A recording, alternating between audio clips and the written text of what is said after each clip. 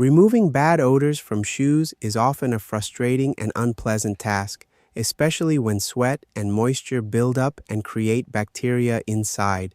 However, there's a simple and extremely effective method that can eliminate odors fast and keep your shoes smelling fresh. Start by taking 2 tablespoons of baking soda and placing it into a thin piece of cloth paper towel napkin.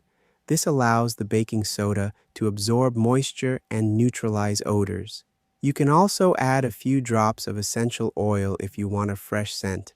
I'm using tea tree oil here. Next, tie it off with a rubber band or hair tie to form a small pouch. Make 2 of these and place one inside each shoe, letting them sit overnight. This step is crucial because baking soda pulls out moisture and odor while stopping bacteria growth. The next morning, remove the pouches and lightly spray the inside of the shoes with 70% rubbing alcohol. This kills any remaining bacteria. Let the shoes dry completely, preferably in sunlight, and you'll notice they smell fresh, clean, and odor-free once again.